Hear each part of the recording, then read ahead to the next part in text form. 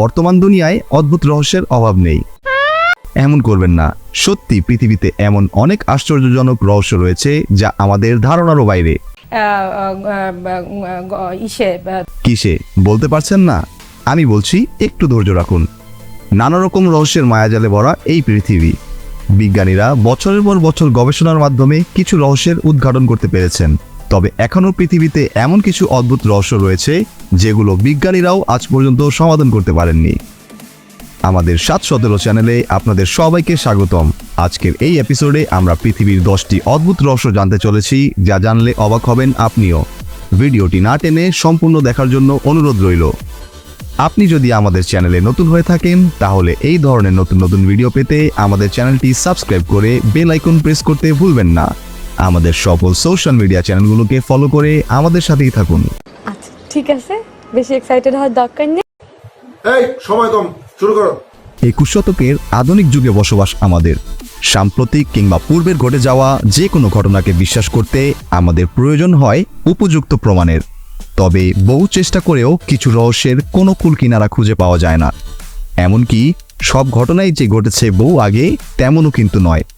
অনেক ঘটনা রয়েছে বেশ সাম্প্রতিক। প্রকৃতি নিজেকে আগলে রেখেছে নানা ধরনের রহস্য দিয়ে। কিছু রহস্যের সমাধান মানুষ করতে পারলেও কিছু রহস্য অমীমাংসিতই থেকে যায় আজীবন, যা শুধুমাত্র আল্লাহ ভালো জানেন। আজ আমরা এমনই 10টি অদ্ভুত ঘটনা বা রহস্যময় স্থান সম্পর্কে জানতে চলেছি, যার কোনো সমাধান পাওয়া যায়নি আজ পর্যন্ত। সবার আগে বলবো নাচের মহামারী নিয়ে। ঘটনাটি রোমান সাম্রাজ্যের স্ট্রাসবার্গের আলসাসে, যেটা বর্তমানে ফ্রান্স হিসেবে পরিচিত। 1518 সালের জুলাই মাসে একদিন সকালে মিসেস ফ্রাউ ত্রোফিয়া নামের এক নারী হঠাৎ শহরের রাস্তায় নেমে এলেন নাচতে নাচতে। কিছুতেই তার নাচ থামছিল না। আশেপাশের মানুষজন তখন এটিকে তার পাগলামি বলেই ধরে নিয়েছিলেন। তবে পরিস্থিতি বদলে যায় খানিক পরেই।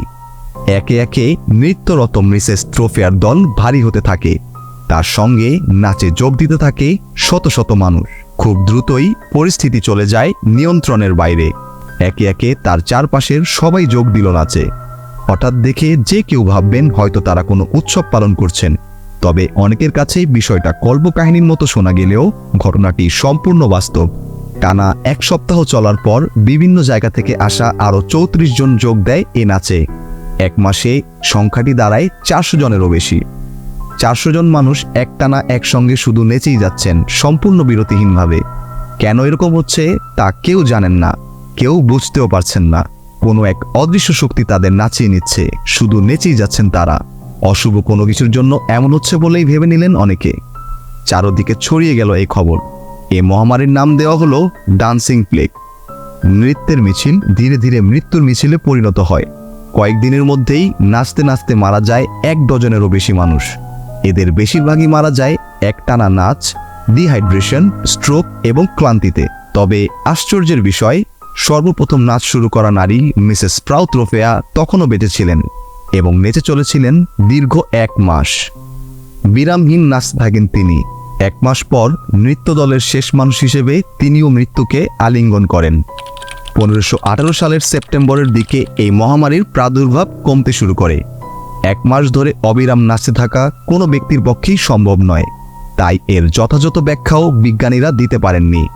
ডান্সিং প্লেগ মহামারীর 500 বছর পার হয়ে গেলেও এর সঠিক কারণ আজ পর্যন্ত কেউ বের করতে পারেনি। তবে কি এটি শুধুই একটি ছোঁয়াচে রোগ বা প্লেগ, নাকি এর পেছনে রয়েছে অন্য কোনো রহস্য? তা হয়তো জানা যাবে সুদূর ভবিষ্যতে, কিংবা ইতিহাসে থেকে যাবে এক অমীমাংসিত রহস্য হিসেবেই। আমি কিছুতেই মেনে নিতে পারবো না। মেনে নিতে না পারলেও এটাই ডান্সিং প্লেগের বাস্তব ঘটনা। আমাদের মাঝে অনেকেই গ্রামে থাকি, কিংবা ধরেন আপনি এমন একটি গ্রামে গিয়েছেন যেখানকার বেশিরভাগ বাসিন্দাদের যমজ দেখাচ্ছে। কাউকেই আলাদাভাবে শনাক্ত করতে পারছেন না। তখন নিশ্চয়ই চমকে যাবেন, ভাবছেন এও কি সম্ভব? কোথাও আছে এমন গ্রাম? আমি বলছি ভারতের কেরালা রাজ্যে অবস্থিত একটি গ্রাম, যার নাম কোদিনহি। এই গ্রামের অদ্ভুত বৈশিষ্ট্য, এখানে সবাই যমজ। পুরো দুনিয়ার কাছে এই গ্রামটি রহস্যময়। বিশ্বের কাছে এই গ্রামটি টুইন গ্রাম নামেও পরিচিত। সমগ্র বিশ্বে গড়ে 1000 মানুষে একজন যমজ হওয়ার সম্ভাবনা না থাকলেও 2015 সালের একটি গবেষণায় জানা গেছে যে এই গ্রামের 2000 মানুষের মধ্যে 220 জোড়া যমজ রয়েছে। গ্রামে যমজের হার 42%, যা প্রতিনিয়ত বেড়েই চলেছে। গবেষণায় আরও জানা গেছে ভারতের প্রতি হাজারে যমজের সংখ্যা 9 জন এবং গোটা পৃথিবীতে সেই সংখ্যাটা প্রতি হাজারে 6 জন। তবে আশ্চর্যজনকভাবে কোদিনহিতে প্রতি হাজারে যমজের সংখ্যা প্রায় 45 জন। ভারতের কেরালা রাজ্যের মালাপ্পুরম জেলার তেনহিপালমে অবস্থিত কালিকট বিশ্ববিদ্যালয় থেকে মাত্র 15 কিলোমিটার দূরে এই গ্রামটি অবস্থিত। এই গ্রামের সবাই দেখতে প্রায় একই রকম। কেউ ভাই বোন যমজ, আবার কেউ ভাই ভাই যমজ, আবার কেউ বোন বোন যমজ, কেউ বা অন্য মায়ের সন্তান হলেও দেখতে একই রকম। ও ঠিকই বলছে।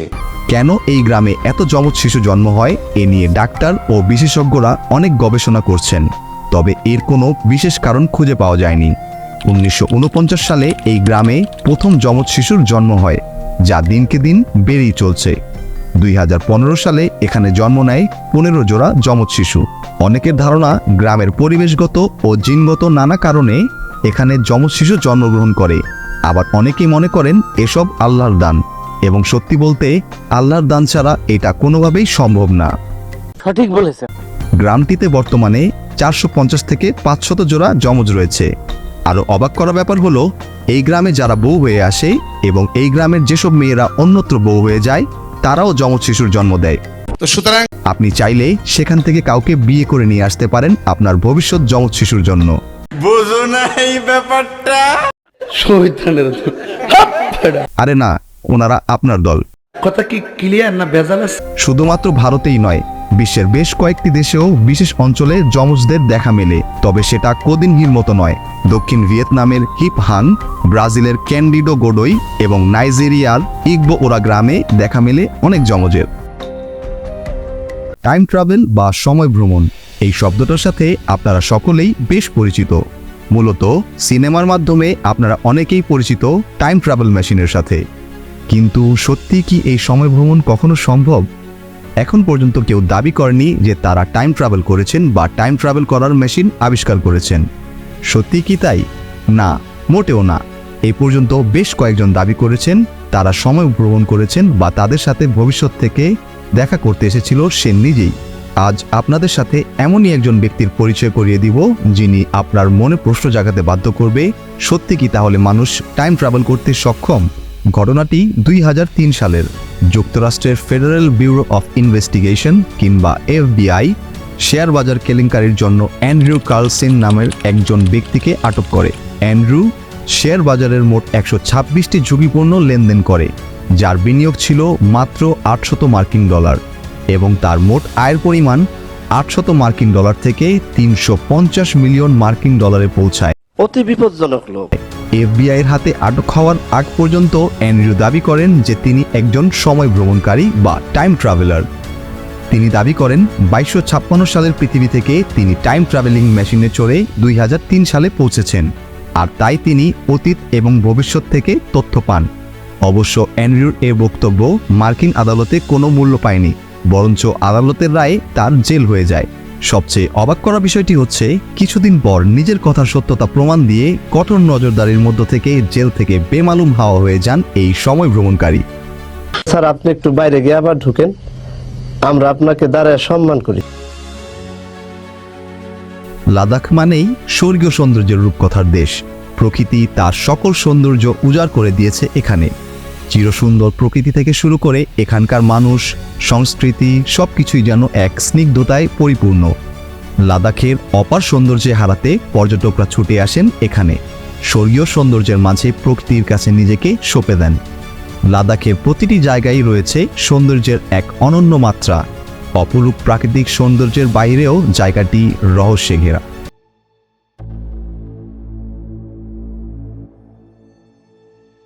লাদাখের রহস্যময় সেই জায়গাটির নাম ম্যাগনেটিক হিল বা চুম্বক পাহাড়। লাদাখের লেহ অঞ্চল থেকে কার্গিলের দিকে যেতে মাত্র 30 কিলোমিটারের দূরত্বেই ম্যাগনেটিক হিল বা চুম্বক পাহাড় অবস্থিত। শ্রীনগর টু লেহ মূল সড়ক দিয়ে গেলে খুব সহজেই এই পাহাড়টি দেখতে পাবেন এবং সড়কটিও এই পাহাড়ের উপর দিয়েই গেছে। চমৎকার সৌন্দর্যের এই সড়ক দিয়ে যাওয়ার সময় প্রত্যক্ষ করতে পারবেন অদ্ভুত এক ব্যাপার। এই সড়কে এসে আপনি যদি গাড়ির ইঞ্জিন বন্ধ করে দেন, তাহলে তার কিছু সময় পরেই দেখতে পাবেন আপনার গাড়িটি নিজে থেকেই আস্তে আস্তে সামনের দিকে এগিয়ে যাচ্ছে। কোনো রকম কিছু ছাড়াই গাড়িটি এগিয়ে চলছে আপন মনে। ঘন্টায় 20 কিলোমিটার গতিতে আপনার গাড়িটি যেন টেনে নিয়ে যাচ্ছে কোনো এক অদৃশ্য শক্তি। এমনই অদ্ভুতের কাণ্ড এখানে আসা সব গাড়ির সাথেই ঘটে। অনেকে হয়তো ভাবতে পারেন ডাউন হিলে চলার পথে হয়তো গ্র্যাভিটির কারণে গাড়ির নিচের দিকে নেমে যাচ্ছে, কিন্তু না, আপ হিলেও গাড়ি আপনা আপনি সমানভাবে সামনের দিকেই এগিয়ে চলে। এই সড়কে এসে ড্রাইভাররা গাড়ির স্টার্ট বন্ধ করে দেয়, ব্রেক থেকে পা সরিয়ে শুধু স্টিয়ারিং ধরে বসে থাকে আর গাড়ি এগিয়ে চলে নিজে নিজে। এখানে এসে পর্যটকরা দারুণ রোমাঞ্চ অনুভব করেন। গাড়ির ইঞ্জিন বন্ধ করে দিয়ে 20 কিলোমিটার গতিতে রাস্তার দুপাশের চমৎকার পরিবেশ উপভোগ করেন পর্যটকরা। অদ্ভুত এই জায়গায় শুধু গাড়িই নয়, বিমান উড়ে যাওয়ার সময়ও সর্বোচ্চ সতর্কতা অবলম্বন করতে হয়। এই অঞ্চল দিয়ে উড়ে যাবার সময় পাইলটরা খুব বেশি কড়া নজর রাখেন, যাতে করে তাদের বিমানের গতিপথ ভুল না হয়ে যায়। স্থানীয়দের মাঝে এই পাহাড়টিকে ঘিরে বিভিন্ন গল্প প্রচলিত আছে। তাদের অনেকেই বিশ্বাস করেন এখানে কোনো অতি প্রাকৃতিক শক্তি আছে যা এই ঘটনাগুলো ঘটায়। তবে আরও অবাক করা ব্যাপার হলো, এই ম্যাগনেটিক হিলের এই চৌম্বকীয় আকর্ষণ শুধু যে লোহার বস্তুর ক্ষেত্রেই দেখা যায় তা নয়, অন্যান্য যে কোনো বস্তুর ক্ষেত্রেই এই আকর্ষণ সমানভাবে কাজ করে। এই সড়কের ধারে এই অঞ্চলের যে কোনো জায়গায় কিছুটা উঁচু স্থানে দাঁড়ালে তীক্ষ্ণ রকমের এক অদ্ভুত শব্দ শুনতে পাওয়া যায়। অনেকেই এই শব্দকে ভৌতিক কোনো কিছু মনে করে থাকেন। এছাড়াও এই ম্যাগনেটিক হিলের পাশে দিয়ে বয়ে যাওয়া নদীর পানিও গ্র্যাভিটির সূত্র ধরে ভিন্ন দিকে বয়ে চলার চেষ্টা করে।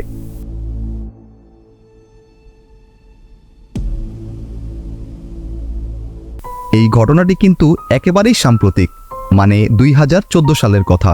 8 মার্চ 2014 সালে Malaysia airlines flight MH370 Malaysia থেকে বেইজিং যাচ্ছিল। বিমানে ছিলেন 227 জন যাত্রী এবং 12 জন ক্রু।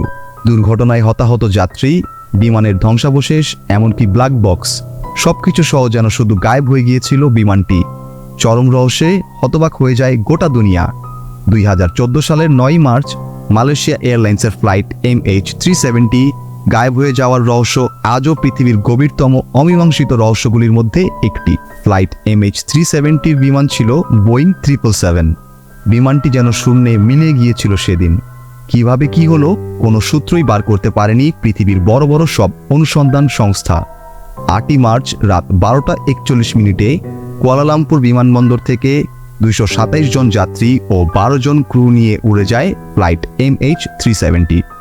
যাত্রীদের মধ্যে ছিলেন 153 জন চাইনিজ, 3 জন আমেরিকান, 6 জন অস্ট্রেলিয়ান, 2 জন কানাডিয়ান, 4 জন ফরাসি, 2 জন ইউক্রেনিয়ান, 5 জন ভারতীয়, 7 জন ইন্দোনেশিয়ান, 2 জন ইরানি এবং 1 জন রাশিয়া, নেদারল্যান্ডস, হংকং ও তাইওয়ানের বাসিন্দা। মালয়েশিয়ার সামরিক রাডারটি প্রায় 1 ঘন্টা পর বিমানটি ট্র্যাক করে, যখন আন্দামান সাগর পর্যন্ত রাডারের মধ্যে ছিল বিমানটি। বিমানের ট্রাফিক কন্ট্রোলের সঙ্গে চালকের শেষ ভয়েস কানেকশন ঘটে টেক অফের 1 ঘন্টা পর, এবং তারপরই রাডার থেকে নিখোঁজ হয়ে যায় কয়েক মিনিটের মধ্যেই। অথচ বিমানটি নিখোঁজ হওয়ার আগে পর্যন্ত কোনো সংকটের সংকেত, খারাপ আবহাওয়ার সতর্কবাণী বা প্রযুক্তিগত কোনো সমস্যার কথা বলাই হয়নি। অনেকেই সিদ্ধান্ত নিয়েছিলেন ভারত মহাসাগরেই ধ্বংস হয়ে গিয়েছে এই বিমানটি। সেই অনুযায়ী দীর্ঘ অনুসন্ধান চালানো হয়, কিন্তু বিমানের সামান্য কোনো ধ্বংসাবশেষও পাওয়া যায়নি। তাহলে কোথায় গেল বিমানটি, তা আজও জানা যায়নি। দেখে মনে হতে পারে এটি সাধারণ একটি ছবি, কিন্তু না, ভালো করে দেখলে চোখে পড়তে পারে অদ্ভুত ও অস্বাভাবিক কিছু বিষয়। 1941 সালে কানাডার গোল্ড ব্রিজ থেকে এই ছবিটি তোলা হয়। সেই ছবিতে আরও অনেকের সঙ্গে ছিলেন একজন ব্যক্তি, কিন্তু তিনি সকলের থেকেই আলাদা। বাকিদের পোশাকের সঙ্গে এই ব্যক্তির পোশাকের কোনো মিল নেই। মানে ওই ব্যক্তির পোশাক মোটেও 1941 সালের মতো নয়, বরং তার পোশাক অনেক বেশি আধুনিক ছিল, যা দেখতে এখনকার মতো। ব্যক্তিটির পরনে ছিল একটি টি-শার্ট ও চেন লাগানো হুডি। অবাক করার বিষয় এখানেই শেষ নয়, কারণ 1941 সালের ওই সময়ে মানুষটির হাতে ছিল একটি DSLR ক্যামেরা। কি করে সম্ভব? সবচেয়ে আজব ব্যাপার হচ্ছে ওই ছবির পর সেই ব্যক্তিটিকে আর কোথাও খুঁজে পাওয়া যায়নি এবং অমীমাংসিত রয়ে গেছে ছবিটির রহস্য।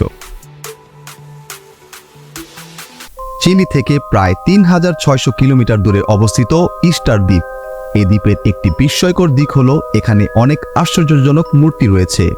আরও আশ্চর্যের বিষয় হচ্ছে এই মূর্তিগুলো আজ থেকে অনেক অনেক বছর আগের তৈরি। জনমানবহীন ইস্টার দ্বীপে নেই কোনো বসতি। এই দ্বীপটিকে পৃথিবীর অন্যতম নিঃসঙ্গ দ্বীপও বলা হয়। এখানকার প্রতিটি মূর্তি বিশাল পাথর কেটে তৈরি করা হয়েছে। ধারণা করা হয় পলিনেশীয় কিছু দ্বীপে পাথরের গায়ে খোদাই করে ছবির নমুনা দেখা যায়, যাকে বলা হয় পেট্রোগ্লিফ। পেট্রোগ্লিফ সংস্কৃতির সবচেয়ে বড় ভাণ্ডার রয়েছে এই দ্বীপে। বিশেষজ্ঞদের মতে এখানে প্রায় 1000টি স্থানে 4000-এর মতো পেট্রোগ্লিফস এর নমুনা আছে। দ্বীপটির সবচেয়ে বড় আকর্ষণ হলো 7টি বৃহদাকার ভাস্কর্য, যাদের আসলে নেভেল অফ দ্য ওয়ার্ল্ড বলা হয়।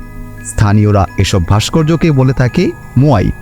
পুরো দ্বীপটিতে মোয়াই ছড়িয়ে ছিটিয়ে রয়েছে। এক একটি ভাস্কর্য প্রায় 12 থেকে 15 ফুট উচ্চতা বিশিষ্ট। ওজন কম হলেও 20 টনেরও বেশি হবে। এই দ্বীপটি আবিষ্কার করেন অ্যাডমিরাল জ্যাকব রোগেভিন। বিশ্ববিখ্যাত ব্যক্তিত্ব থর হেয়ারডাল প্রচুর গবেষণা ও খনন কার্যের পর তথ্য দিলেন 380 খ্রিস্টাব্দে পেরু থেকে কিছু মানুষ এখানে এসে বসবাস শুরু করেন। তারা এসব রাস্তা, মন্দির, সুড়ঙ্গ তৈরি করেছিলেন।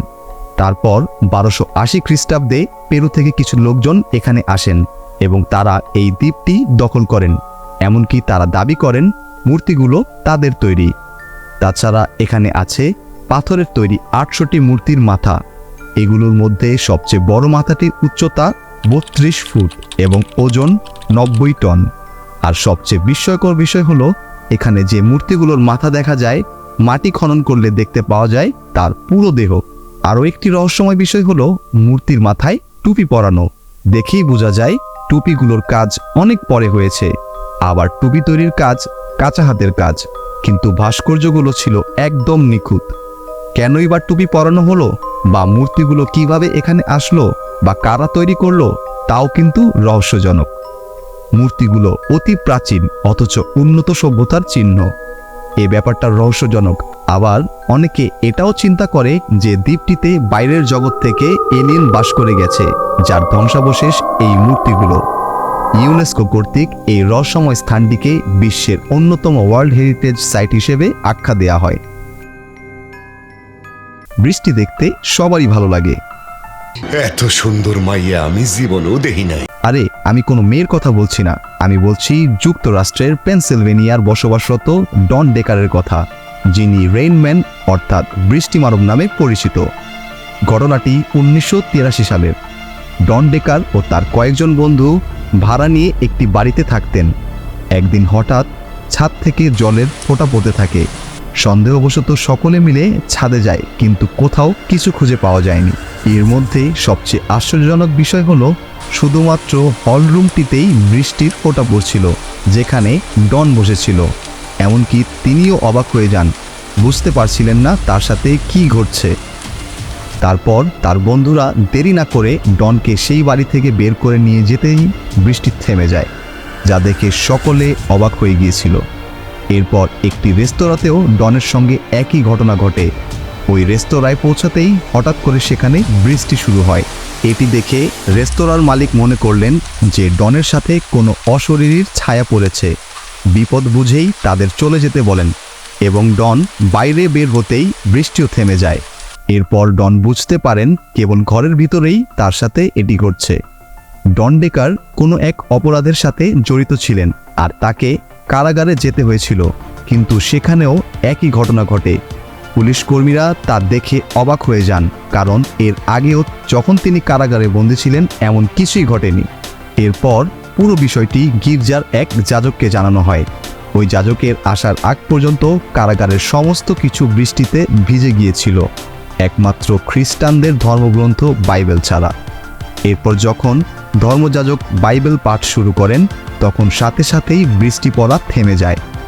এটা ছিল ডনের সাথে শেষ বৃষ্টি ভেজা ঘটনা। এরপর আর কখনো তার সাথে এমনটা হয়নি। কারাগারে সেই সময় পুলিশ সদস্য ছাড়াও অনেকেই সাক্ষী ছিলেন। এর কয়েক বছর পর ডন একটি টিভি চ্যানেলের সাক্ষাৎকারে জানিয়েছিলেন যে সম্ভবত তার মৃত দাদা এমনটা তার সাথে করেছিলেন, কারণ তার দাদা মারা যাবার পর থেকেই তার সাথে এইসব হওয়া শুরু করে। তবে ডনের সাথে ঘটে যাওয়া ঘটনাগুলি অনেকেই বিশ্বাস করেন না, আবার অনেকেই আছেন এটিকে অলৌকিক ঘটনা বলে মনে করে থাকেন।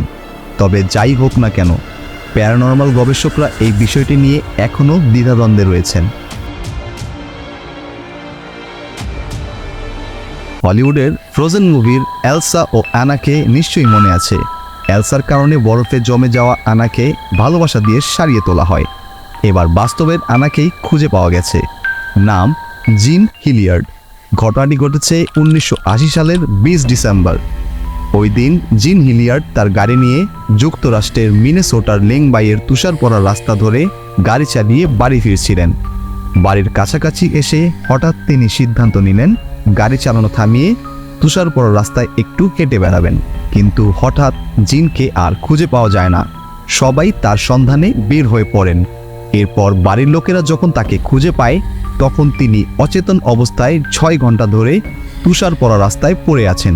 সে সময় তাপমাত্রা ছিল -22 ডিগ্রি সেলসিয়াস, যা ফারেনহাইটে হিসাব করলে দাঁড়ায় -7.6 ফারেনহাইট।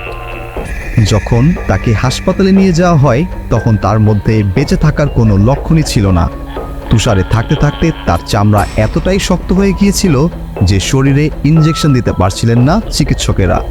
সবাই ভেবেছিলেন জিন মারা গেছে, কিন্তু সবাইকে অবাক করে দিয়ে 3 দিন পর হাত পা নাড়তে শুরু করেন জিন। 6 সপ্তাহ পরে সবার চোখের সামনে দিয়ে স্বাভাবিকভাবেই হেঁটে বাড়ি ফিরেছিলেন জিন হিলিয়ার্ড। বারমুডা ট্রায়াঙ্গেল এই নামটি আমরা প্রায় সবাই শুনেছি। কারো কারো কাছে এটি একটি অজানা রহস্য, আবার কারো কাছে এটি কিছুই না। বর্তমানে বহুল আলোচিত ঘটনার মধ্যে বারমুডা ট্রায়াঙ্গেল একটি। বারমুডা ট্রায়াঙ্গেল আবিষ্কারের পর থেকে মানুষ চেষ্টা করে যাচ্ছে এর রহস্য সমাধান করার জন্য। অনেকে মনে করেন যে বারমুডা ট্রায়াঙ্গেলের রহস্য কাল্পনিক, কিন্তু বাস্তবিক নয়। আজ আমরা সর্বশেষে জানব এই বারমুডা ট্রায়াঙ্গেলের সম্পর্কে। বারমুডা ট্রায়াঙ্গেল অনেকের কাছে ডেভিলস ট্রায়াঙ্গেল নামেও পরিচিত। এই অঞ্চলটি আটলান্টিক মহাসাগরের ঠিক কোথায় অবস্থিত তা নিয়ে অনেক মতভেদ আছে। তবে একদল গবেষকের মতে এই অঞ্চলটির এক প্রান্ত হলো পুয়ের্তো রিকো, আরেক প্রান্ত আছে যুক্তরাষ্ট্রের বাহামা ও ফ্লোরিডার দক্ষিণাংশে, আর অন্য প্রান্ত হলো ওয়েস্ট ইন্ডিজের বারমুডা দ্বীপপুঞ্জে। কেউ কেউ আবার এ জায়গার সাথে মেক্সিকো উপসাগর যুক্ত আছে বলে মনে করেন। অনেকে মনে করেন এটা ত্রিভুজ আকৃতির নয়, ট্রাপেজিয়াম আকৃতির। 15 শতকে ক্রিস্টোফার কলম্বাস যখন ইউরোপ থেকে আমেরিকার দিকে রওনা করেন তখনই তিনি সাগরে অদ্ভুত একটি অঞ্চল লক্ষ্য করেন। 1942 সালের 11 অক্টোবর এই জায়গাটি নিয়ে কলম্বাস অদ্ভুত কিছু অভিজ্ঞতার কথা লিখেছিলেন। তিনি লিখেছেন তার জাহাজের নাবিকরা দূর থেকে বারমুডা ট্রায়াঙ্গেলের অঞ্চলের দিকে আলোর নাচানাচি আর আকাশে ধোঁয়া দেখেছিল, আর তার কম্পাস এলোমেলো ছুটাছুটি করছিল। অদ্ভুত এই জায়গাটি প্রায় 5 লক্ষ বর্গ কিলোমিটার পর্যন্ত জুড়ে রয়েছে। যদিও বিজ্ঞান এবং ইতিহাসবিদদের মতে এই অঞ্চলের আবিষ্কারক কলম্বাস, তবে বারমুডা ট্রায়াঙ্গেল শব্দটি প্রথম ব্যবহার করেছিলেন 1964 সালের লেখক ভিনসেন্ট হায়েস গ্যাডিস তার লেখা একটি কাহিনীতে।